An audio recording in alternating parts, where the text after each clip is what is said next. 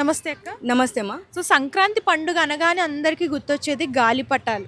So ప్రస్తుతం ఇప్పుడు China manja అని చెప్పేసి చాలా కలకలం సృష్టిస్తుంది. ఎంతమంది అంటే పోలీసులు రైడ్స్ చేసినా వాటిని తీస్తున్నా కూడా ఇల్లీగల్‌గా చేస్తున్నారనమాట. అసలు వీటి వల్ల చాలామంది మనుషులకి గాయాలు అవ్వడం గానివ్వండి, ప్రాణాలు పోవడం, అలాగే మనుషులనే కాదు జీవరాశులు కూడా చాలా ఇబ్బందులు ఎదురవుతున్నాయి. దీని గురించి మీరేమంటారు? ఇప్పుడు నాకు నిజంగా అమ్మా, అప్పుడు మా మా చిన్నప్పుడు గాలిపటాలు మేము కూడా ఎగరేసేవాళ్ళము. రాయలసీమలో మా సైడ్ చాలా బాగా చేస్తారు. అయితే ఏంటంటే అప్పుడు దారాలతోనే ఇప్పుడు మనము రోల్స్ చుట్టుకున్నా కానీ అప్పుడు ఎంత పైకి ఎగిరేవి దారంతోనే అంత. అంటే కొంచెము లావు లావు దారాలు ఉంటాయి. మనం పూలు అమ్ముతారు, చూసే ఉంటారు మీరు. దాంతో గాలిపటాలు ఎగరేసుకొని మేము ఎంజాయ్ చేసేవాళ్ళము. కానీ మాంజా అంటే చైనా మాంజా అంట అది. అది ఎంత ప్రమాదం అంటే ఎంత దానికి గాజు పెంకులతో చేస్తారు. అసలు నిజంగా అమ్మా, నేను మొన్న కూడా చూశాను. పక్షులు కూడా చనిపోతున్నాయి దానివల్ల. అది మన రోడ్డు మీద పడినా కానీ ఇట్లా మనం వెళ్ళేటప్పుడు అసలు కనపడదు. అది కనపడకుండానే అంటారు, చూసారా, సైలెంట్ కిల్లర్ అంటే ఏదో అంటారు, ఒక సామెత ఉంది, దాని గురించి తర్వాత చెప్పుకుందాము. వెళ్ళేటప్పుడు ఆ రోడ్డు మీద ఆ చెట్లకి వేలాడి అట్లా ఉంటాయి. వీళ్ళేమో చూసుకోకుండా వెళ్ళిపోతారు. అది ఎల్లో కలర్లో లైట్ కలర్స్లో ఉంటున్నాయి. దానివల్ల గొంతు ఫస్ట్ గొంతుకు తగిలిందంటే ప్రాణాలు ఖచ్చితంగా పోతాయి. ఇంకా ఏంటంటే నాకు రీసెంట్గా పోయిన సంవత్సరం ఒక చిన్న బాబు నేను చూశాను సంక్రాంతికి ముందు. ఆ గాలిపటం ఎగరేస్తుంటే అబ్బాయి ఏం లేదు, ఆ తాడు చెట్టు మీద నుంచి అది వేలాడుతుంటే ఇలా పట్టుకొని ఇలా లాగాడు. ఈ వేలు మొత్తం కట్టు లేదు ఆ బాబుకి. వేలు మళ్ళీ ఆపరేషన్ తీసి వేలే తీసేశారు. అంటే ఇట్లా వేలాడిపోయింది. మనము గోర్చుకుడుకాయలు ఎలా వలుస్తామో అలా ఆ బాబు వేలు తెగిపోయింది.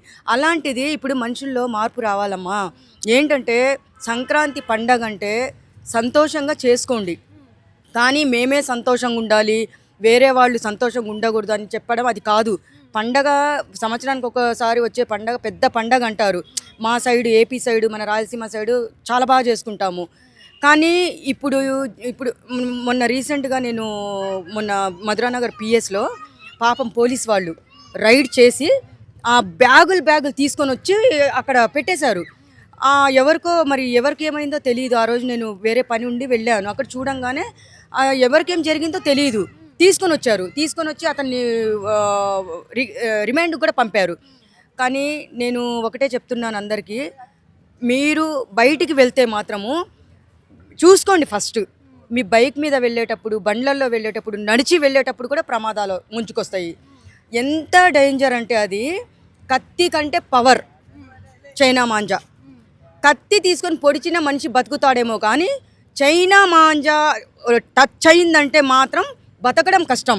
లోపలున్న నరాలు కట్ అయిపోతున్నాయి తల్లి. ఏం చెప్తాం దానికి? మనుషులు పోలీసులు సీజ్ చేసిన లేదంటే వాటిని రాకుండా అరికట్టాలని చేసినా కూడా చాలా ఇల్లీగల్గా సేల్ చేస్తున్నారు. సో దీని గురించి ఏమంటారు అంటే, ఆ ఇల్లీగల్గా సేల్ చేసినా కూడా ప్రజలు కొంటున్నారు.